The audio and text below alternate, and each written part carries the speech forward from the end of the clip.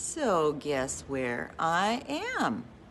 I've driven across the top of Ohio, a little bit back west, to the Lakeland Community College for Mary Urbis's curated ceramics show called Fire and Smoke. And this show, it's actually, believe it or not, there's figurative stuff here too to look at. So I'm going to flip it around and I'll take you on a quick little fun walkthrough, and you can see all of it. Here we go. Let's start right at the beginning. The Lakeland Community College galleries are gigantic and beautiful. And it's really interesting to see kind of not much on the walls and a lot of three-dimensional stuff. So we've got over here Ryan Osborne's body of work. And one of the things that's interesting about this show, it is alternatively fired ceramics. So in different areas, you'll find labels that say which kiln these pieces were fired at. And this is a wood firing kiln. Now, I don't know much about ceramics, so I'm not going to even pretend to tell you that I know the difference between wood fired and raku and saga and the other ones. But I will show you how beautiful these forms are by Ryan Osborne. They're figurative forms, and yet they are abstract, and they're gigantic. So I'm not sure how that all works, but I know that when you have a big, thick lump of clay in a kiln, the possibility that the inside isn't quite dry and the whole thing will explode is always there. So with kilns, there's the little bit of a danger aspect. These beauties here, this is like a sea life looking thing by Teresa Yondo. She makes these gorgeous wall pieces. I could see this definitely in a big, beautiful hospital lobby, like at the Seidman Cancer Center. So, it's just, a big, beautiful statement that just makes you feel good. We've got Billy Ritter right here. Moon jar. Look how cool these are. And these are gigantic and beautiful. I think these were all wood-fired too.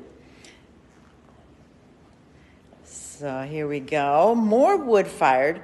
And these have a definite crunchy sea life kind of a feel to them, or like natural forms. This is Brinsley Tyrell, who I believe is the person who's the wood-fired kiln is named after.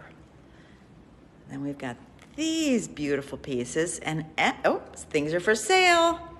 And ceramics, these are quite reasonably priced, so you may want to come out, check it out, see what you can add to your collection for not too much. Gorgeous pieces. All right, let's go. Oh, here's more by Teresa Yondo. These also have like this whimsical sea life feel to them.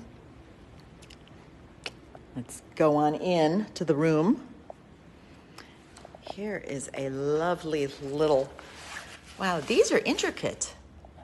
These are very intricate. Susan Gallagher.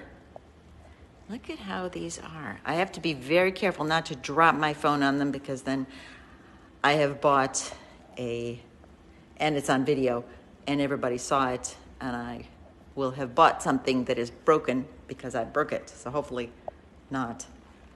Oh, this is cool. Look how fun that is. Jack Valentine, frog pot. Yeah, we've got more these little teeny wonders. Look how cool that vase is back there. Susan Delahanty. Then we've got some wall pieces here. Barbara Gideon. And a beautiful bowl from the Oak Hill kiln. This is a different kiln. Oh, and these ones have these beautiful Egyptian reliquary feel to them. Like this one right here. It's a little bird-like. It's actually Garden Guardian, buzzard hawk. Beautiful. And now these little bird houses, and look at the shadows they make. Mary Urbis is very careful about that kind of thing. She loves making the shadows really, really cool. And these bird houses are, okay, all the profits from selling these, 100% of the purchase price of these bird bottles goes to charities aiding those on the move, humans and avians, and also Lakeland Community College. And they are priced to sell at $60. Set one up in your yard. A little bird will move in there or maybe stay for a little bit while they're migrating through your property. Oh, look at these. Ash glazed vase. These are nice, big beauties. And these are some tiny beauties by Margaret Manders. And then we have all these. These are Beth Lindenberger's. Beautiful, beautiful pieces. And here's a fun one. Benjamin Lambert's Mr. Squid Bird Head. So this little guy is definitely figurative. Very cool. And he's a little guy, and look at his shoes. And then we have more Benjamin Lambert. We've got this, the wallfish, and these little guys. All right. The way Lakeland is arranged, here's another little room. And one of my personal favorites, Michael High. He's got these amazing pieces, and this one's not for sale. This one's already taken, spoken for, red dot. This one is still available, the offering. And these are beautiful. And they're shiny, which is a different glazing than he usually does. So those are very, very cool. Here we go, Diane Pinchot, Winged One. Yeah, these have a nice little second reading to them. And that's almost bird-like. And then Diane Pinchot, or Pinchot, from OSU, actually. Look at these, very intricate. They look drawn on, and I'm not sure how that got fired into there. It's pit fired. Don't know the technique, but look how amazing that is. And this big beauty is sold. Yay. There's another beauty. And then we have this. Here's another one that's sold. And no wonder, this is cool. Robin Rogers Crow Jar. And this is raku. I think raku has this crackliness to it, but I couldn't tell you how it is achieved. You'd have to watch Mary Urbis's video about it, where I'm sure she talks a lot more intelligently instead of just saying ooh and ah like I'm doing. Robin Rogers Barn Owl Effigy Vase. I like that. I like that a lot. Sea Turtle Effigy Bowl. Paleo Horse Bowl, like cave paintings. How cool. All right, let's go around here. These little pots by Nan Zito. I don't know Nan Zito, but I know she gives Mary Urbis a lot of cat posts, and Mary Urbis gives Nan Zito a lot of cat posts. So that's one thing I know about Nan Zito. Alberto Veronica, these are cool. Look how cool those are. And then we've got these ones. Judith Motzkin, Sounding Stone. Yeah, these are beautiful. Oh, these are the Sagar fired, and I have no idea what that means, and it's a term that I have never even heard before. All right, let's skip on over. Judith Solomon. Now these are very cool wall pieces, but possibly they could also be table pieces. Boat in Cement. And then these Todd Leach, these major ones. I believe these are not for sale, but aren't they cool? And then these beautiful round little vases by Seth Nagelberg.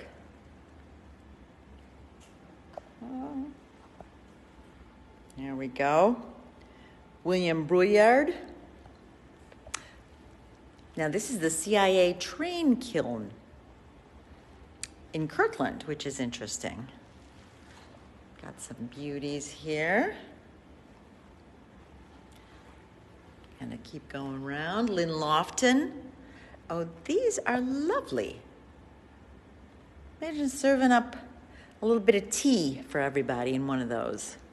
Or are they vessels? But they are cups on a tray. So vessel in art language basically means you don't use it as a serving or useful piece. You make it as a decorative piece. And ceramics can fall into both those categories. Look how gorgeous this is, this vase by Carla Giusello. And more of these wall pieces, which are beautiful. Let's go on over here. These, I love these. Carol Green, large spaceship, petite spaceship. So she calls these spaceships. And how beautiful they are with this leaf pattern on top of them. Large acorn gourd. That one has an acorn shape and feel to it. This beautiful piece here. And right now, the smallest one right now is sold. There's the red dot. And then we've got these beautiful summery light air sky beautiful pieces by Scott Stockdale. Love them. Let's do this gorgeous wall piece. Todd Leach, Medalta Ash.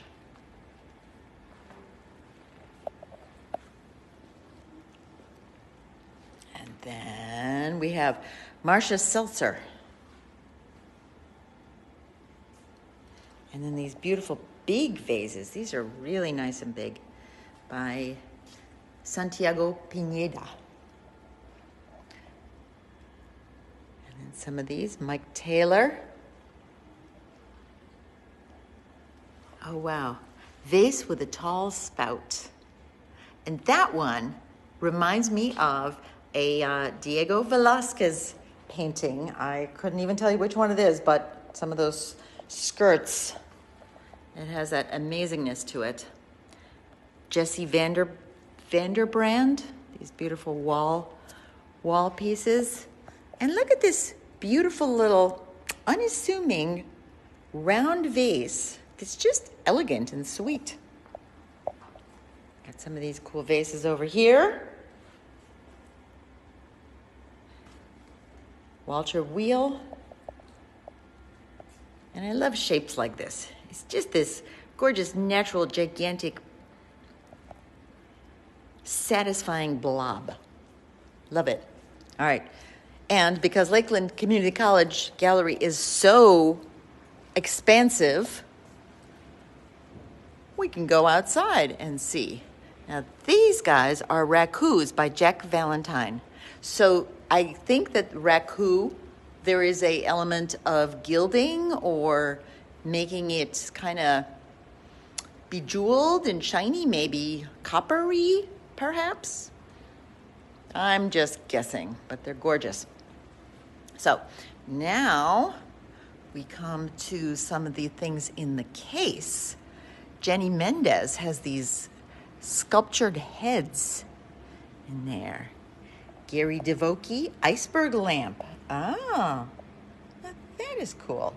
And then skulls. Every year, or every other year, Mary Urbis has a skull and skeleton show. This is an off year, but there are skulls in this show too, because they're just part of the fun. Larry Yanez. So we've got some Day of the Dead skulls here, all of which have sort of an interesting theme. La Puta Madre. Once upon a time, somebody told me that the word puta means prostitute. And I don't know if that's what that means, prostitute mother or something else. But Larry Yanez, these are gorgeous. And then we've got skulls down here. Beautiful skulls, glowing skulls. All right, I'm gonna, oh, look at this, Todd Leach, Medalta drilled. So I skipped over this when we were doing the outside things. We've got these beauties by Jack Valentine. Love them, love them, love them. Then we round the corner and see these beauties by Gail Trunick. And I actually have a Gail Trunick in my collection. And look how cool these are. It was actually a gift to my husband. But yeah, these are awesome. They're beautiful. Then we have Chris Leonard, Moody Blue, Tell Me I Am Getting Through. Look how fun this is. And this little creature with the 4 legs. Okay, speaking of fun, Jenny Mendez. I also have more than a couple Jenny Mendez in my collection. I have her watercolors. I do not have any of her ceramics. And her bowls are really, really cool too. But everything she has in this show is not traditional firing. So maybe the bowls need to have traditional firing. But look at these beautiful, primitive kind of just really neat forms. Ukrainian soldier bowl. Each of these, I'm assuming she was inspired by a Ukrainian soldier that she found pictures of, which they're fighting bravely, bravely, bravely. Wish them every good thing in the world. Then we've got Big Face Cookie Jar. Look how cool that is. Also by Jenny Mendez. Big Face Cookie Jar. I'm not even going to go on top of it because I do not want to drop my phone. Then we've got some more of these gorgeous Lynn Lofton horsehair vases. And I'm not sure why they're called horsehair vases. Does she have horsehair in the clay? Does she paint it with horsehair? I do not know. If she's watching it, maybe she will put it in the comments.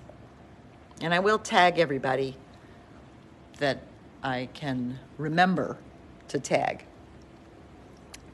So we're going to finish up with, I'm going to say, my favorite pieces in the show, which speak to my own projects right now. Okay, we've got Stephanie Miller Davis has all these goddess pieces. So let's go back since we just did a little swoop. Nile River Goddess. And this one is Hopi Maiden Goddess. And this one is Ishtar, who I just recently found out about, and I think I definitely have to do a goddess project painting of Ishtar. She was another one that's like total queen of the universe, created a million things, and nobody even knows about her. This little beauty, I think this one's my favorite, Pre-Columbian Goddess. Look at that. Isn't that gorgeous? Just gorgeous. Hathor, an Egyptian goddess. Just beautiful. And then we've got Virgin Mary, the Judeo-Christian Bible goddess. And we're going to finish up, and I'm going to give you a little history about this one. This one is Stargazer. And I think it's really, really interesting that Stephanie Miller Davis has the same concept of Stargazer that I do.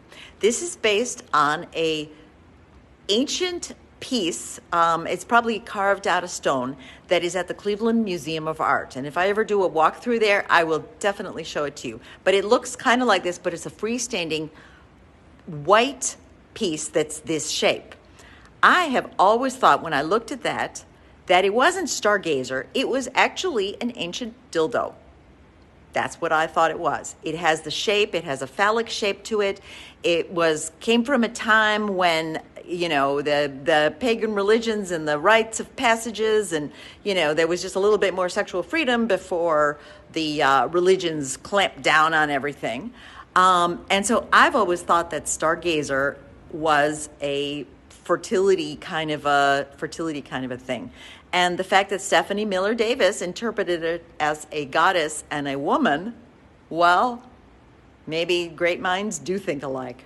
Anyway, I'm going to flip around and finish up. Whoa, here I go. Finish up right next to Stargazer. And I think this might wrap it up today, but we'll just see. You never know where I might pop up next. Thank you for sticking with me for Living Figuratively today. Come see the ceramics show, Fire and, I would keep wanting to say Fire and Ice, but Fire and Wood, at the Lakeland Community College. It's really, really worth the trip. And then buy something, because these are very affordably priced. And, you'll have a cool piece of art for your house. All right. Thank you. Y'all come back now. You hear next time I pop up.